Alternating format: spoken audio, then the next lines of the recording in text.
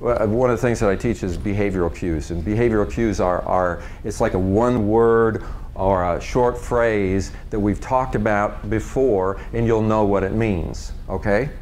So you could say, for instance, I will say to you sometimes when you call me, I will say to you, I'm very busy now. Please don't take that when you hear those words, I'm very busy now, as me being in a bad mood or anything else, and you were really happy and want to share something really great, and I said to you, first thing I said on the phone is, I'm very busy now. I'm not trying to cut you off. What I'm really trying to do when I say that, if you could understand me, is I'm trying to just help you to know that I'm in the middle of something. You have no idea what I'm going through, and sometimes it gets very tense. So I'm just saying that, and then, having heard that, then you can kind of temper what you have for me with that. It'd be really helpful if you could give it to me really quickly. And then maybe we could set another time to get on the phone and talk about it. See, if you do this up front, and you do the setup for it, then when they call, you can say, I'm very busy now, and they're not going to misread you and have an attitude, and then when you get home, you know, you got to deal with that. And all we're doing is just trying to, the practicalities of interpersonal communication when one person's on one wavelength and another person is on another wavelength, just so that we can communicate and get to it. Get the right kind of format so that we can accomplish the communication that we need to.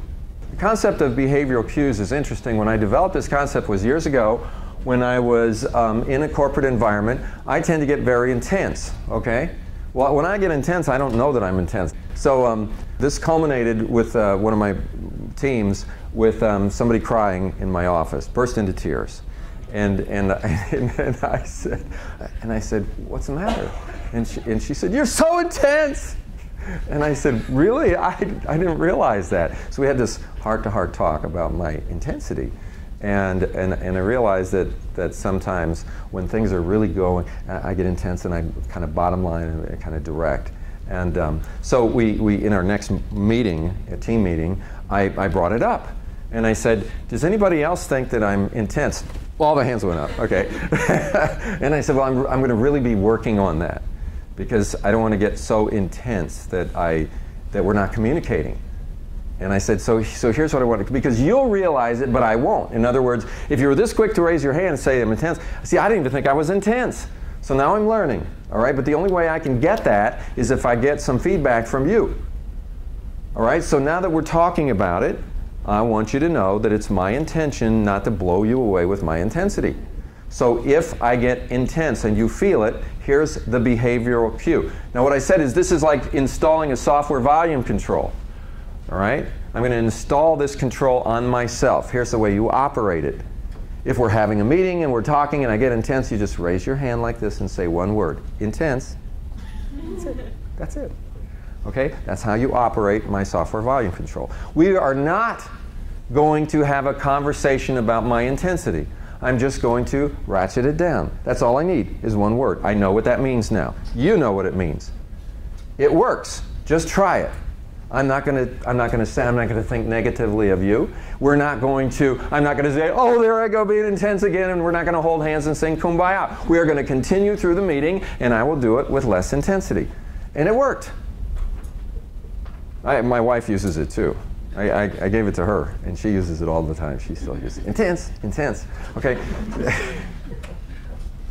Well, the reason I'm telling you this is that we have different cultural backgrounds. We have different mindsets. We were brought up in, if you were raised in the loud family, then you have a certain way of acting, and if you were raised in the quiet family, you have another way of acting. And now we're all thrown together and we're trying to be productive. And it is important that we have conversations about things. If something bothers you about somebody else's behavior, you need to be able to communicate with them. Behavioral cues are interesting because it's a way that we can have a conversation about something. And then if it's one of those things where I agree and I say, well, I'm going to really try not to do that anymore, but I realize that I might forget because it's a habit, I'm saying, could you help me? Because I might forget, but you'll be aware, and then all you have to do is this one little thing, and then we'll know. And it's a way that we link up. It's like you plug in a cable and it senses, and then it does an automatic link up and connects with the right protocol.